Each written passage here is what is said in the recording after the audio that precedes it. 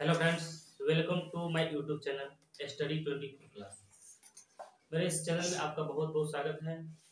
आज के इस क्लास में हम लोग दिल्ली सल्तनत के बारे में देखेंगे। दिल्ली सल्तनत में पिछले क्लास में हम लोग कुछ पढ़ चुके हैं।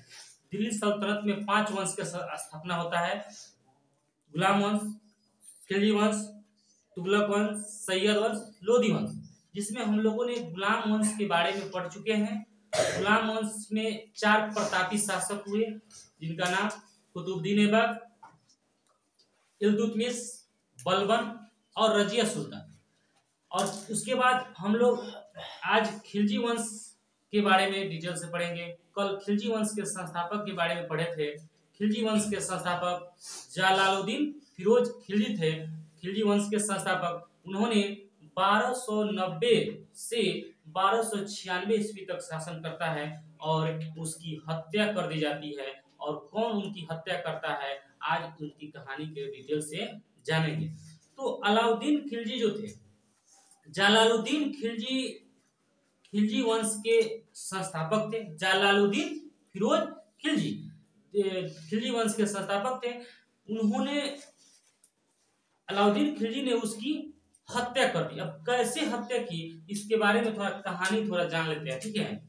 अलाउद्दीन खिलजी जो थे, अलाउद्दीन खिलजी जलालुद्दीन खिलजी जो थे, अलाउद्दीन खिलजी के क्या थे, चाचा थे। जलालुद्दीन खिलजी जो खिलजी वंश के जो संस्थापक थे,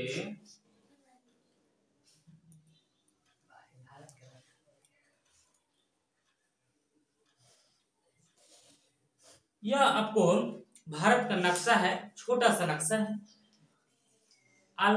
खिलजी वंश के संस्थापक जलालुद्दीन फिरोज खिलजी अलाउद्दीन खिलजी के चाचा थे, ठीक है।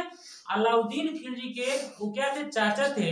और जलालुद्दीन फिरोज खिलजी ने बोला, हम लोग अभी दिल्ली सल्तनत किधर पड़ता है, उत्तर साइड में पड़ता है। तो उत्तर में हम लोग क्या कर रहे थे, राज कर रहे हैं। अब जलालुद्दीन फिरोज खिलजी का कहना था कि हम लोग क्या करें, दक्षिण भारत में भी अपने साम्राज्य को फैलाए। कोई भी चाहता है हमारे पास अगर 10 कट्ठा खेत है तो 15 कट्ठा हो जाए, नहीं। इस तरह से दिल्ली के उत्तर में राज कर रहा था, तो सोचा कि आगे तक अपने साम्राज्य को फैलाए। तो अलाउद्दीन खिलजी क्या किए, अलाउद्दीन खिलजी पूरी सेना के लेकर दक्षिण भारत में चले गए। कहाँ चले गए, इधर से दक्षिण भारत में आ गए और वहां पे बहुत सारे राज्यों को जीत कर बहुत संपत्ति, धन संपत्ति वहां से लूट कर लाए अलाउद्दीन खिलजी।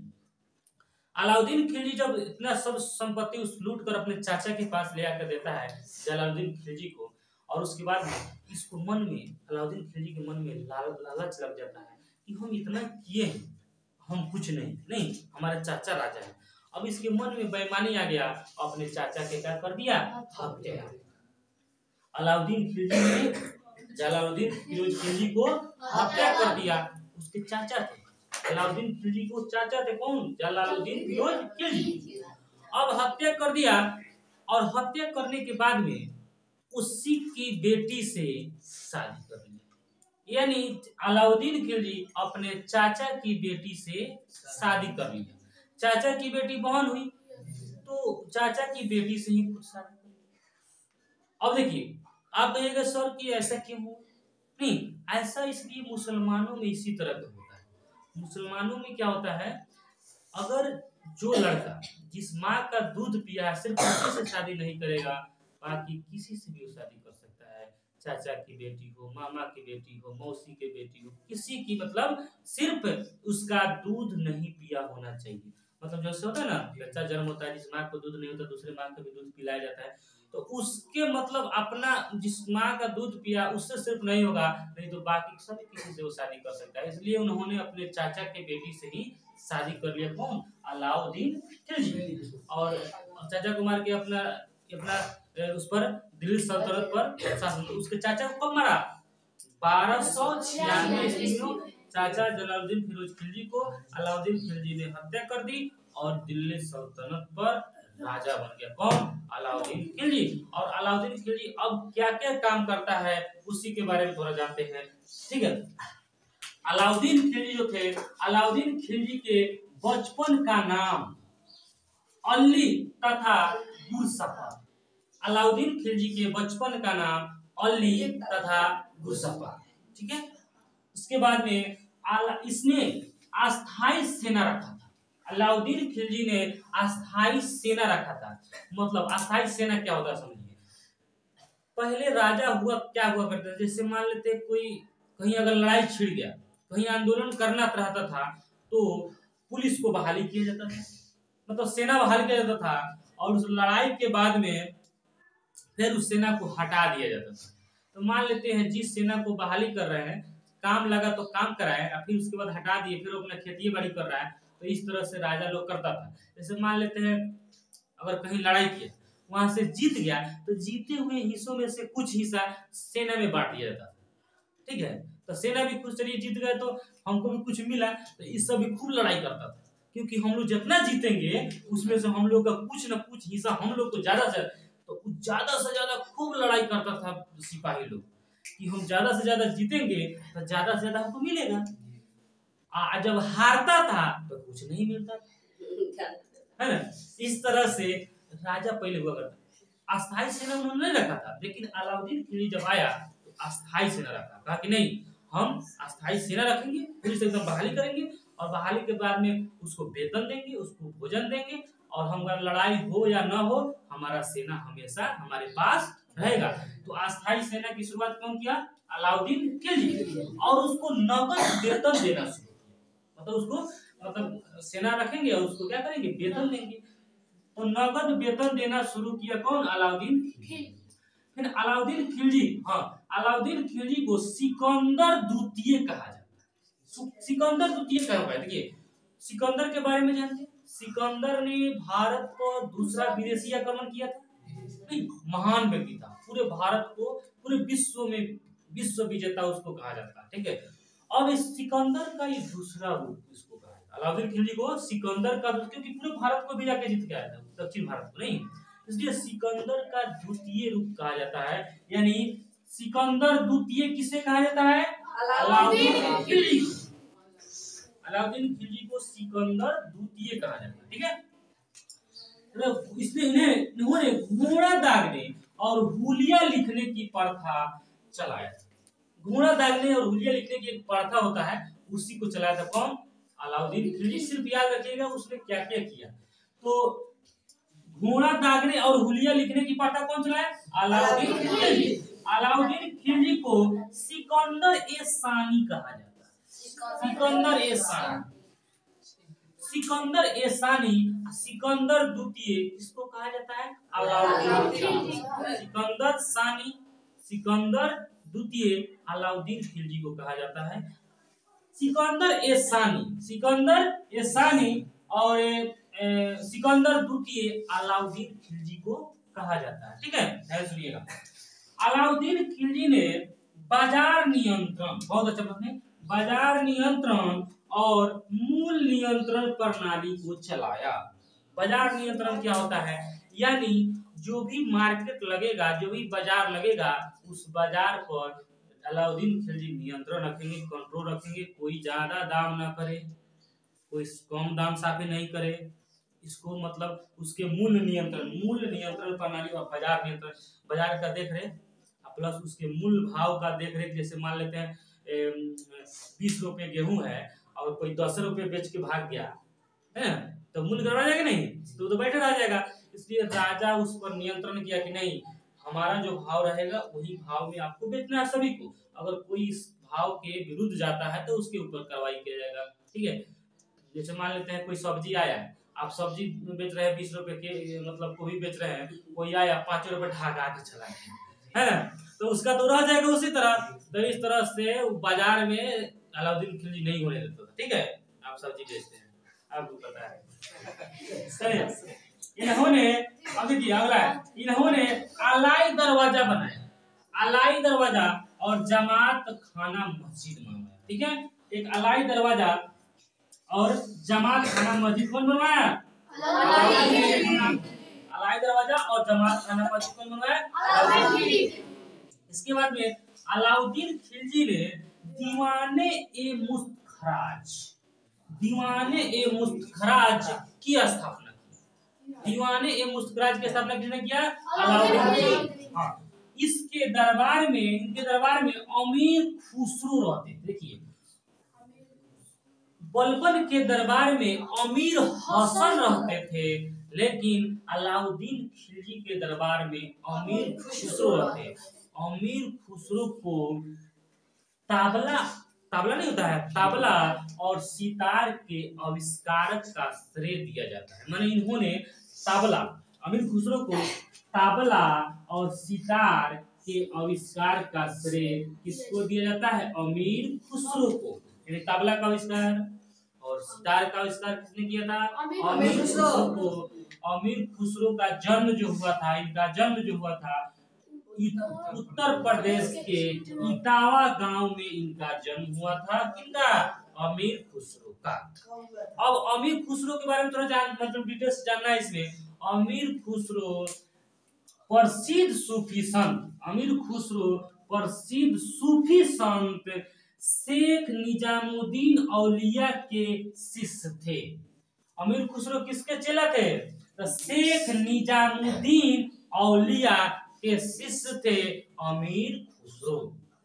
यह प्रसिद्ध सूफी संत कौन था? शेख निजामुद्दीन औलिया, उसी के शिष्य थे कौन? अमीर खुसरो। अमीर खुसरो, अमीर खुसरो को तोता ए हिंद, यहाँ छूट गया है, अमीर खुसरो को भारत का तोता या तोता ए हिंद कहा जाता है। ठीक है, तोता या तोता ए हिंद कहा जाता है। बहुत अच्छा, मतलब बांसुरी बजाते थे, सितार उतार, ठीक है, इसलिए इसे तोता हिंद या भारत का तोता या तोता हिंद कहा जाता है अमीर खुसरो को। अमीर खुसरो का जन्म कहाँ हुआ था? उत्तर प्रदेश के इटावा में। उनके गुरु का क्या नाम था? शेख निजामुद्दीन औलिया। ठीक है, इसके बाद में इस खिलजी वंश के अंतिम शासक आता है मुबारक खिलजी। खिलजी वंश के अंतिम शासक आता है मुबारक खिलजी। मुबारक खिलजी जो था, इस खिलजी वंश के अंतिम शासक था। इन्होंने अपने दरबार में, ये मुबारक खिलजी जो था अंत वाला, यह अपने दरबार में स्त्रियों का कपड़ा पहनकर आता था। स्त्रियों का कपड़ा पहन के आता था, मतलब इस तरह से था कि वो अपने दरबार में, जैसे रजिया सुल्तान जो पुरुष के कपड़ा पहन के दरबार में चले, लड़की थी, लेकिन पुरुष के दरबार में कपड़ा पहन के चले जाती थी। हमको लगता है कि लड़कुआ देखा होगा बचपन में, ही बहुत पुरुष के कपड़ा पहन के आ रहा है, हम बनेंगे तो हम स्त्री का कपड़ा पहन के, वही क्या किया, ये भी क्या करता, स्त्री का कपड़ा पहन के जाने लगा दरबार में। तो कभी कभी ऐसा था बिना कपड़े के नहीं, मुबारक खिलजी जो था, या कभी कभी बिना कपड़े के नंगे चल जाता था। बताओ कितना खतरनाक राजा था। नहीं, इस तरह से हमारा हाँ राजा। इसके बाद देखिए अलाउद्दीन खिलजी के बाद ये बनता है मुबारक खिलजी। मुबारक खिलजी अपने दरबार में कभी कभी बिना कपड़ा के, ठीक है। इस तरह से हमारा अलाउद्दीन खिलजी यानी खिलजी वंश का समापन होता है। और इसमें कहानी सुनिए, इसमें एक और बहुत बढ़िया कहानी आपको सुनाने जा रहे हैं, आप लोग ध्यान से सुनिएगा। एक बार हम लोग थोड़ा एक बार रिवीजन कर लेते हैं, उसके बाद इसका कहानी सुनाएंगे जिसको आपको कहानी पूरा समझ में आ जाएगा। ठीक है, एक बार हम लोग करते हैं। अलाउद्दीन खिलजी के बचपन का नाम औली तथा गुरसापा था। इन्होंने अस्थाई सेना रखा था। अलाउद्दीन खिलजी को सिकंदर द्वितीय या सिकंदर ए सानी कहा जाता है। घोड़ा दागने और हुलिया लिखने की प्रथा अलाउद्दीन खिलजी ने चलाया था। बाजार नियंत्रण, मूल्य नियंत्रण प्रणाली को अलाउद्दीन खिलजी ने चलाया था। अलाई दरवाजा और जमात मस्जिद खाना बनवाया था अलाउद्दीन खिलजी ने ही दीवाने ए मुस्तखराज की स्थापना किया था। और इनके दरबार में एक कवि रहते थे जिसका नाम था अमीर खुसरो। अमीर खुसरो भारत का तोता ए हिंद कहा जाता है। उनका जो जन्म हुआ था उत्तर प्रदेश के इटावा गांव में अमीर खुसरो का जन्म हुआ था। अमीर खुसरो को तबला और सितार का श्रेय, आविष्कार का श्रेय दिया जाता है। और अमीर खुसरो शेख निजामुद्दीन औलिया के शिष्य थे। और खिलजी वंश के अंतिम शासक मुबारक खिलजी जो थे वह दरबार में स्त्रियों का कपड़ा पहन के आते थे और और कभी कभी बिना कपड़ा के भी आ जाते थे। इस तरह से खिलजी वंश के इतना कहानी समाप्त होता है। इस पर एक और कहानी मैं आपको सुनाने जा रहा हूँ, उसको ध्यान रखिएगा। अलाउद्दीन खिलजी जो थे, अलाउद्दीन खिलजी के वहां पे चित्तौड़, इसी के समकालीन चित्तौड़गढ़ राजस्थान में पड़ता है। चित्तौड़ के राजा राणा रतन सिंह, चित्तौड़ के राजा राणा रतन सिंह सिंहली के मतलब राजकुमारी को स्वयंवर में जीत कर लाए हुए थे, जिसका नाम था पद्मिनी। सिंहली के राजकुमारी को स्वयंवर जानते हैं ना, स्वयंवर में जीत कर लाए हुए थे। और राणा रतन सिंह के दरबार में एक मतलब एक क्या बोलते हैं उसको, राघव चेतन नाम के, राणा रतन सिंह के दरबार में राघव चेतन नाम के एक मतलब संगीतकार था। राघव चेतन नाम के एक संगीतकार, वह संगीत के बहुत प्रेमी था। और मतलब जो राणा रतन सिंह जो थे, संगीत के बहुत प्रेमी आदमी थे, इसलिए राघव चेतन को रखे हुए थे। और राघव चेतन बांसुरी उसी बजा के उनको खुश करते थे। ठीक है, इनको राणा रतन सिंह को, चित्तौड़ के बात को बताए। एक दिन का बात हुआ, राघव चेतन जो था ना, राघव चेतन काला जादू टोना भी करता था। एक दिन उसके दरबार में, राणा रतन सिंह के दरबार में काला जादू टोना कर रहा था और यह पकड़ा गया। कौन? राघव चेतन, जो उसको संगीत सुनाता, किसको? राणा रतन सिंह को संगीत सुनाता था, उसके दरबार में रहता था और जादू टोना भी करता था। एक दिन जादू टोना कर रहा था, पकड़ा गया। पकड़ाने के बाद में राणा रतन सिंह ने उसको अपने दरबार से, यानी चित्तौड़गढ़ से उसको क्या किया, बाहर निकाल दिया।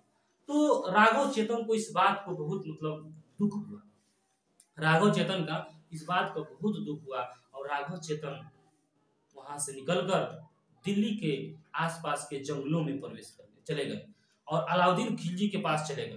मैंने सोचे कि हम अलाउद्दीन खिलजी के साथ मिलकर इस राणा रतन सिंह को हम क्या करेंगे, विनाश करेंगे। ठीक है, अब राघव चेतन गया और जंगलों में था कि सोचा कि अलाउद्दीन खिलजी जंगल में आएंगे शिकार करने, तो हम उनके साथ उनके दरबार में चले जाएंगे।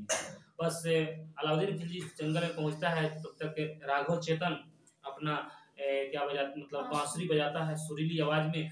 अलाउद्दीन खिलजी इस आवाज को सुनकर उसके पास पहुंचता है और पहुंचने के बाद में राघव चेतन को अपने दरबार में लेके चला जाता है। कौन? अलाउद्दीन खिलजी।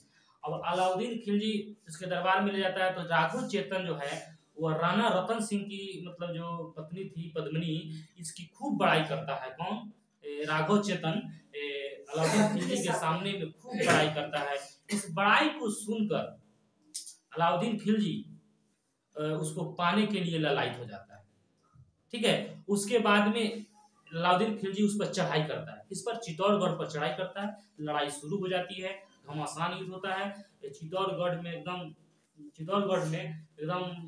जो किलाबंदी रहता है उसमें खाने पीने की राशन घटने लगती है। तो लास्ट में अलाउद्दीन खिलजी जो थे, अलाउद्दीन खिलजी भी, राणा रतन सिंह भी हार नहीं मानता है, अलाउद्दीन खिलजी भी हार नहीं मानता है। उसको पाने के लिए मतलब गया था लड़ाई करने की, हम जीत गया और उसकी पत्नी को अपने पास लाएंगे। दोनों लड़ाई खूब घमासान युद्ध होता है, दोनों एक से एक रहता है, कोई न हारता है नहीं कोई जीता है। लास्ट में अलाउद्दीन खिलजी एक शर्त रखता है राणा रतन सिंह के पास कि हम आप मतलब पद्मिनी को अपनी बहन की तरह मान रहे हैं, हम अपनी बहन को देखना चाहते हैं। राणा मतलब अलाउद्दीन खिलजी बोला। अब राणा रतन सिंह इस बात को मान लिया, चलिए ऐसा बात है तो चलिए उसको दिखाया जाए। अलाउद्दीन खिलजी को राणा रतन सिंह अपने दरबार में ले जाता है और वहां पे शीशे के जरिए पद्मिनी को दिखाया जाता है। शीशे के जरिए समझ रहे ना, सामने नहीं देखा जाता है, शीशे के जरिए। जैसे यहाँ पे शीशा लगा हुआ है, ठीक है, यहाँ पे वहाँ पे बैठे रहेगा, ठीक है, पद्मिनी इस गेट के पास आएगी, उस शीशा में मतलब देखेगी और शीशा से कौन देखेगा, अलाउद्दीन खिलजी देख लेगा। ठीक है, तो शीशे के माध्यम से पद्मिनी को दिखाया गया अलाउद्दीन खिलजी को, बहन माना था। अब इस मतलब उसको लगा कि नहीं हम इसको पाके रहेंगे, उसके मन में आ गया गलत भाव और वह क्या किया, राणा रतन अब हर एक राज दरबार में अपने क्या बोलते हैं गेस्ट को यानी अतिथि को मतलब छोड़ने के लिए गेट तक जाया जाता है। नहीं, अगर कोई आपके घर में अतिथि आता है तो उसको छोड़ने के लिए गेट तक जाइएगा ना, तो वही राणा रतन सिंह अलाउद्दीन खिलजी को अपने दरबार से बाहर निकालने के लिए गेट तक जाता है। और अलाउद्दीन खिलजी क्या करता है, राणा रतन सिंह को घोड़ा पर बैठा के अपहरण करके अपने कैंप में लेकर चले आता है। देखिए, राणा रतन सिंह को पकड़ के राणा उराजू को मतलब उठा के लेके चला आया अपने दरबारी में, कैंप में। अब कैंप में ले आया और शर्त रखा कि तुम पद्मिनी को मेरे हवाले करोगे तो हम तुम्हारा राजा हम तुम्हारे हवाले करेंगे।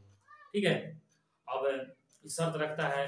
अब इस शर्त को राणा रतन सिंह के दरबार में एक रहता है कोरा बादल नाम के दो सैनिक रहता है। कोरा और बादल नाम के दो सैनिक रहता है राणा रतन सिंह के दरबार में। उन्होंने बुद्धि और दिमाग से काम करता है और अलाउद्दीन खिलजी के पास ये शर्त रखा जाता है कि मतलब कि हम आएंगे, पद्मिनी को हम लाएंगे, लेकिन पद्मिनी के साथ 1600 दासियां उसके साथ जाएगी। तो 1600 दासी मतलब उसके नौकर, मतलब पद्मिनी के नौकर 1600 नौकर बताइए, 1600 उसके आगे पीछे करने, तो 1600 नौकर उसके साथ जाए। किसका? पूरा और बादल का ये बुद्धि था। और वह सभी जो है ना पालकी में आपके पास पहुंचे, पालकी में।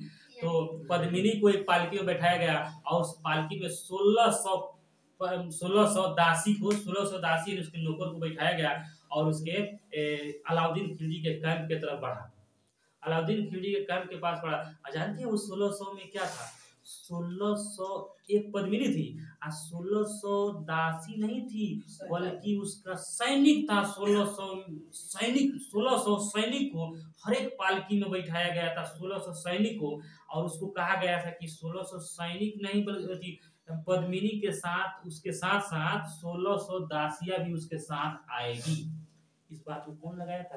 पूरा बादल फिट कर दिया था।